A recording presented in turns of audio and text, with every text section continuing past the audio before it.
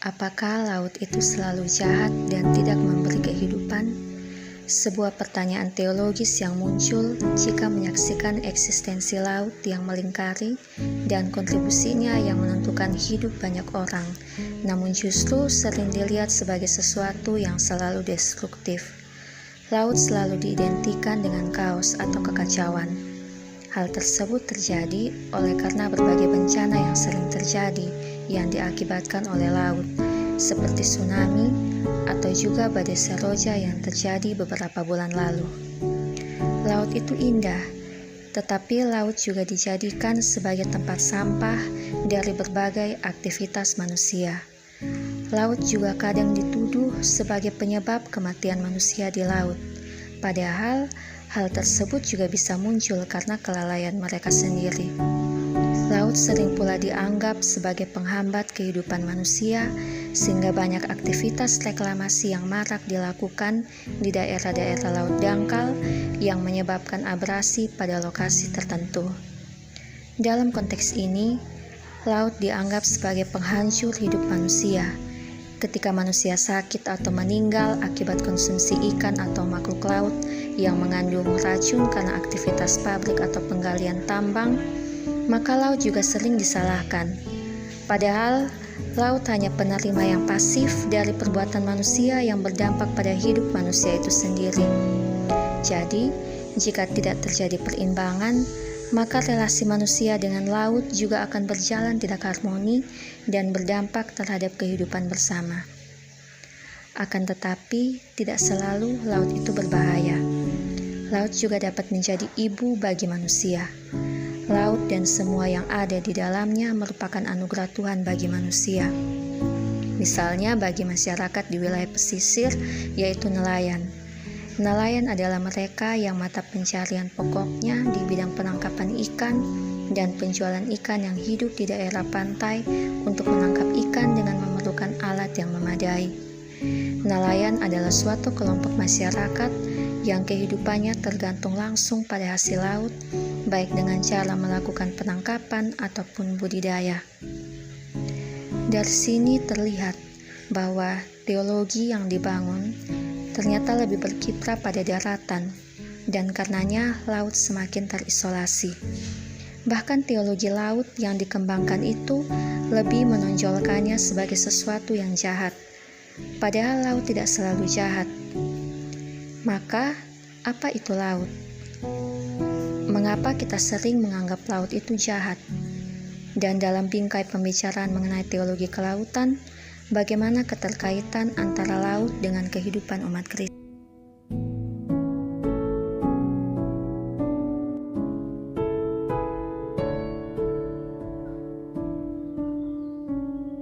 Laut adalah kumpulan air asin yang mengenangi dan membagi daratan atas benua atau pulau-pulau. Laut yang luas disebut juga dengan istilah samudra, merupakan massa air asin yang sambung menyambung meliputi permukaan bumi. Samudra dibatasi oleh benua ataupun kepulauan yang besar. Air laut merupakan campuran dari 96,5% air murni dan 3,5% mineral lainnya, seperti garam-garaman, gas-gas terlarut, bahan-bahan organik, dan partikel-partikel tak terlarut.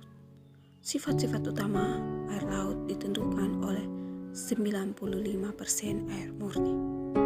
Indonesia adalah negara kepulauan, sebab memiliki wilayah perairan yang lebih luas dibanding wilayah daratan.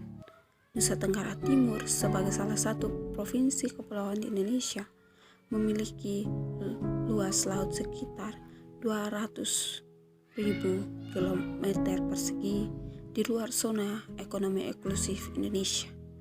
Dengan hamparan lautan yang luasnya 4 kali lipat daratan ini, menjadikan Laut NTT kaya akan potensi sumber daya laut. Laut NTT merupakan rumah bagi 500 terumbu karang, 300 jenis ikan, dan 3 jenis kura-kura. Sumber daya laut utama andalan NTT adalah perikanan, rumput laut, dan garam. Hingga tahun 2018 dengan jumlah nelayan sebanyak 79.642 jiwa, produksi perikanan tangkap di Indonesia tercatat mencapai 157.691 ton, sebut Direktur Wildlife NTT Umbu Parangi kepada Bakpai Indonesia Senin 8 Juni 2020. Sementara itu, NTT menempati posisi kedua sebagai produsen rumput laut terbesar di Indonesia setelah Sulawesi Selatan menurut data BPS NTT 2019. Laut memberikan manfaat yaitu sebagai sumber energi. Belum begitu banyak dikali, tapi banyak negara yang memiliki laut yang luas menyadari bahwa ada salah satu lagi manfaat laut bagi kehidupan manusia, yaitu sebagai sumber energi. Di beberapa negara maju seperti Amerika Serikat dan Inggris, laut sudah dipandang sebagai sumber energi alternatif yang sangat potensial. Energi yang dihasilkan pun tidak seperti bahan bakar minyak yang akan habis dan tentunya sangat ramah lingkungan karena tidak menyebabkan polusi udara dan menebarkan gas rumah kaca. Salah satu bagian laut yang dilirik sebagai pembangkit energi adalah ombak.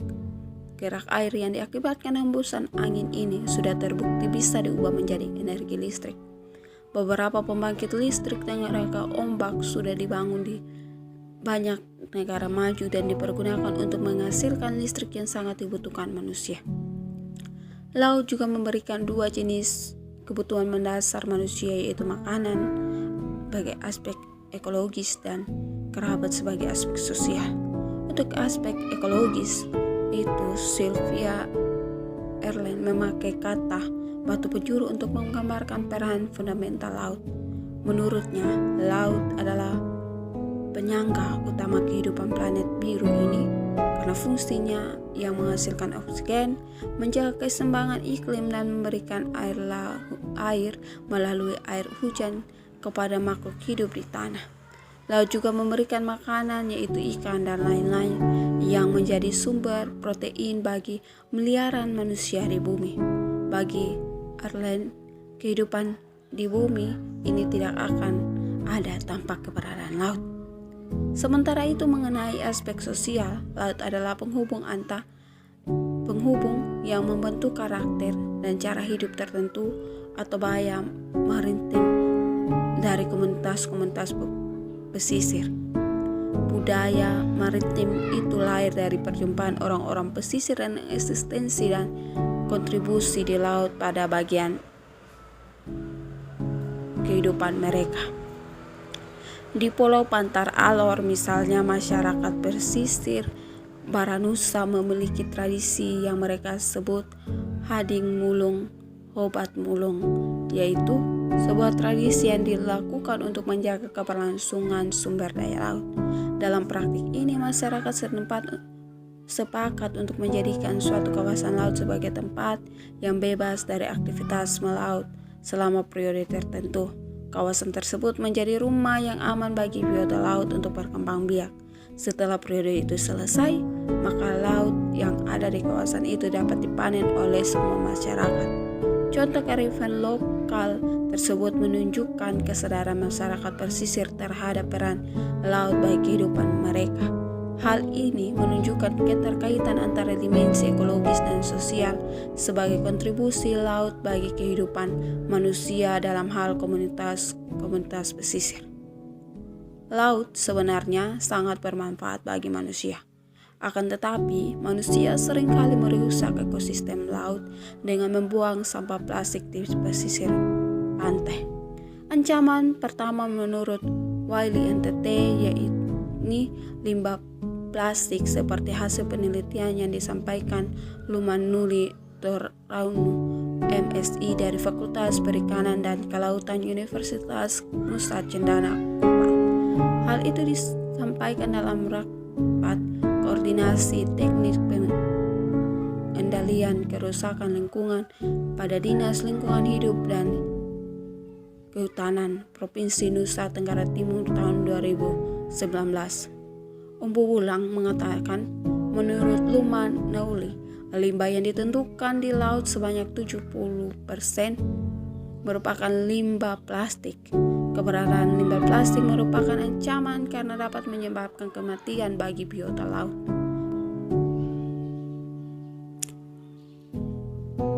Hal ini sama seperti kasus paus mati di perairan Wakatobi setelah menelan 5,9 kg sampah plastik sebutnya.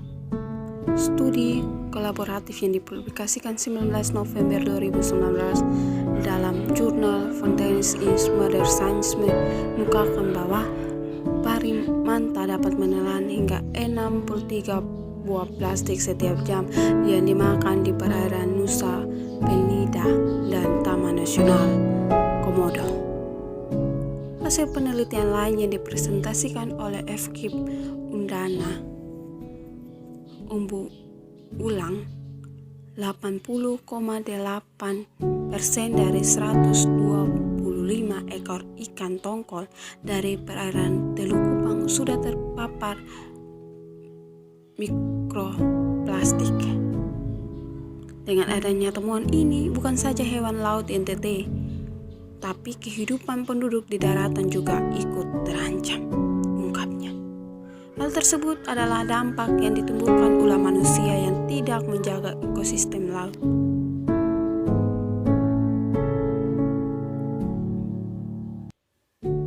Seperti yang dijelaskan dalam bagian deskripsi bahwa teologi laut masih belum dijelaskan secara dangkal. Teologi laut hanya ditunjukkan sisi jahatnya saja. Jadi cara berteologi orang-orang Kristen di kawasan maritim masih belum secara serius melakukan dialogis yang dinamis dan otentik dengan konteks dan pengalaman-pengalaman setempat. Mengapa mayoritas orang Kristen mengekspresikan laut sebagai kawasan yang berbahaya dan menakutkan? Dalam Mazmur 104 ayat 26 menyebutkan Leviathan yang dibentuk Allah di dalam laut untuk bermain dengan kapal-kapal yang sedang berlayar ikut mempersuram gambaran menakutkan tentang laut. Padahal disebut di situ bahwa Leviathan itu diberi makan oleh Allah dan menjadi kenyang dengan kebaikan. Dalam Perjanjian Baru pun gambaran tentang laut itu menyeramkan. Rasul Paulus pernah mengalami karam kapal dan semalam suntuk terkantung-kantung di tengah laut. 2 Korintus 11 ayat 25. Walaupun demikian, gambaran tentang laut tersebut tidak boleh diterima begitu saja. Alkitab juga melukiskan bahwa Allah tetap saja melindungi, mengawasi orang-orang yang berada di dasar samudra sekalipun. Yesaya 43 ayat 2. Allah adalah pencipta laut dan keberadaan laut itu adalah baik dalam pandangan Allah. Laut bukanlah ancaman, melainkan berkat. Sebelum kelompok telah menjelaskan bahwa bagaimana laut sangat bermanfaat bagi kehidupan manusia, apalagi masyarakat daerah pesisir pantai. Laut adalah penghubung dari satu pulau ke pulau yang lain yang karena terjadi pertukaran budaya, pengetahuan, nilai, dan perluasan wilayah kehidupan yang menimbulkan kesadaran akan kebesaran dan keagungan Sang Pencipta. Menurut para teolog yang merintis teologi kelautan adalah fungsi pedagogi bagi iman. Laut mengajarkan untuk berdoa saat berhadapan dengan badai. Berdoa tak kala perahu diombang-ambingkan ke lombang. Berdoa dalam harapan akan badai dan gelora di laut bereda. Ini bukanlah melulu pengalaman umat ekstra biblis. Masyarakat dalam Alkitab juga mengalami fungsi pedagogis laut.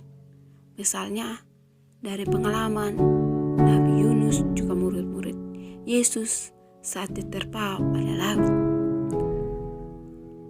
Kalau laut diangkat umat pewarta dalam Alkitab sebagai wacana untuk menalarkan iman, di mana salahnya umat beriman masa kini merasa bersalah kalau menjadikan laut dan kehidupan maritim sebagai media pernyataan iman? Meskipun ada berbagai persepsi tentang laut yang berbahaya, namun tak bisa dipungkiri bahwa laut juga memiliki banyak manfaat bagi segenap ciptaan. Karena itu, laut dan ekosistem di dalamnya harus terus dipelihara dan dirawat. Tindakan dan aktivitas manusia di laut yang berpotensi menjadi ancaman bagi kerusakan laut harus diminimalisir.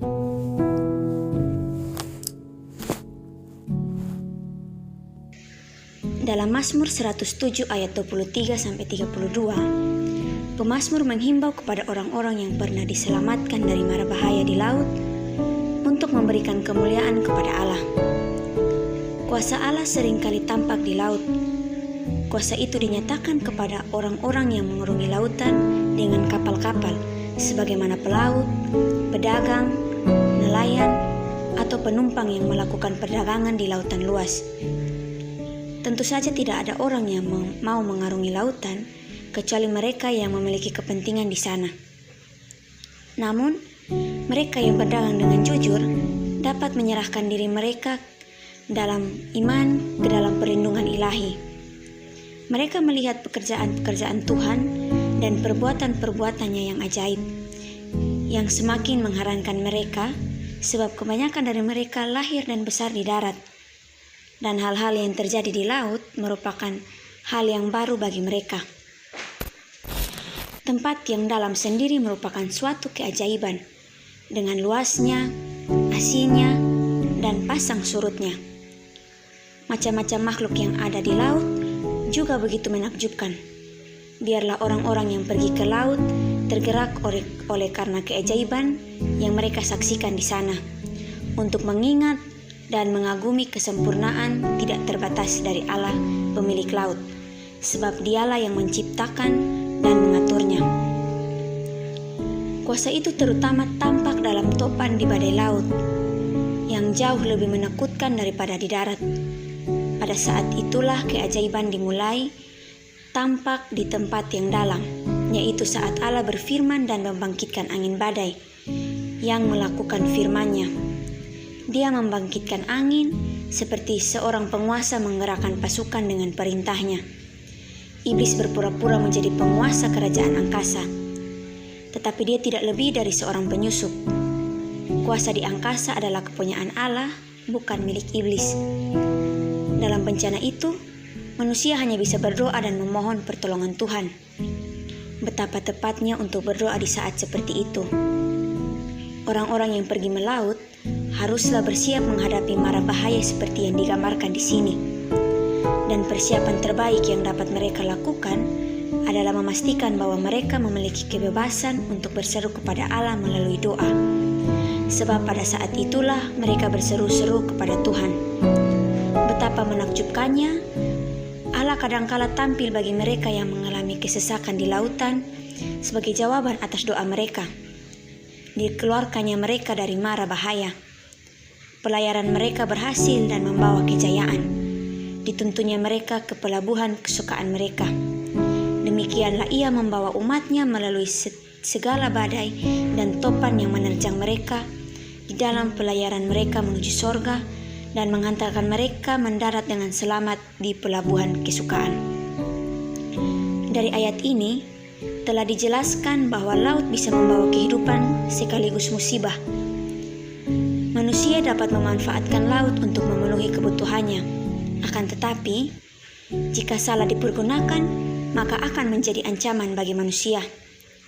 Allah mengizinkan terjadinya bencana melalui laut untuk menyadarkan manusia akan tanggung jawabnya menjaga laut. Namun Tuhan juga tidak membiarkan manusia terus-menerus ada dalam kesesakan. Ia menolong umatnya dan memberi kesejahteraan bagi mereka yang berseru kepadanya. Pandangan mata lurus menelusuri setiap inji lautan nan biru. Tenang, teduh, perlahan menghantarkanku ke imajinasi indah diselingi semilir angin. Para nelayan menarik jala mereka dan tara! Lihat, dia mendapat sesuap nasi untuk seisi rumahnya. Laut pun menghantarkan yang terkasih menuju yang kekasih, menyatukan dua rindu yang terkikis jarak. Tapi lihat, laut yang teduh dan penuh kasih pun dapat memperlihatkan kemurkaannya. Sekilas laut menampakkan sisi gelapnya, menakutkan dan kian mencekam.